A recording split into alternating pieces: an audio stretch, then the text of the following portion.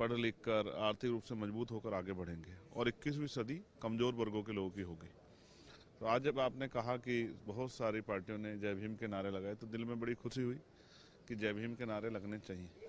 हालांकि ये भी सच है कि बहुत सारी पार्टियों का जय भीम सिर्फ दिखावा है, चुनावी दिखावा, क्योंकि जब उनकी सरकारों में उनको मौका मिलता है कि वो जय भीम और बाबा साहब अम्बेडकर के विचारों पर चलने काम करे तो वहाँ वो चूक जाती। तो ये बड़ा दुखद है। सिर्फ दिखावे के लिए बाबा साहब अम्बेडकर के नाम का प्रयोग नहीं होना चाहिए।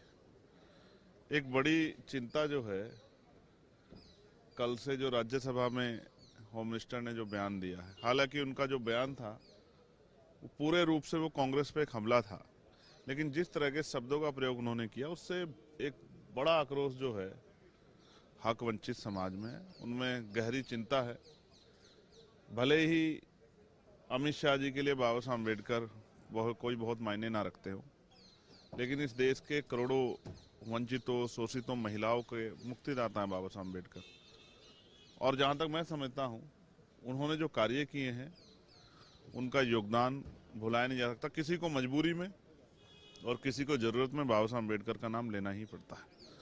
मैं यहाँ मैं ये भी कहना चाहता हूँ कि भाई बाबा साहब अम्बेडकर सदा थे, सदा हैं और सदा रहेंगे।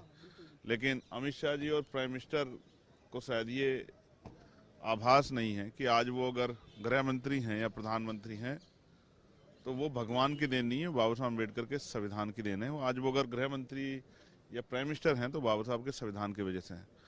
और अहंकार बहुत अच्छा नहीं होता है। जैसे मैंने आपसे कहा कि ना सदा कांग्रेस सत्ता में रही और ना सदा भाजपा सत्ता में रहेगी। एक समय आएगा कि इसी देश के लोग इस भारतीय जनता पार्टी की सरकार को उखाड़ कर फेंक देंगे। तो मैं स्पष्ट रूप से कहना चाहता हूं कि इस तरह का बयान अम्बेडकरवादी तो किसी भी कीमत पर बर्दाश्त नहीं करेंगे। पूरे देश में अम्बेडकरवादियों में इस बात को लेकर गुस्सा है और मैं स्पष्ट तौर पर कहना चाहता हूं कि ये बयान जो है शर्मनाक है।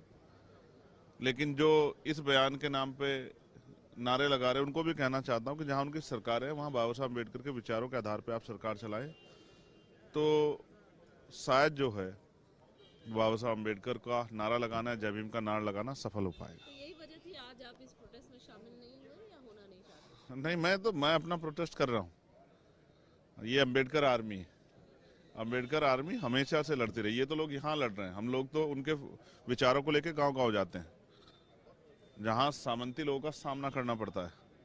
जहाँ आज भी आपको याद है परभनी में क्या हुआ? मैंने कल भी 0 आवर में डाला था कि परभनी पर चर्चा हो। मैंने परसों भी डाला परभनी में। अब आप इसका एहसास करो इस बयान के बाद कि बाबा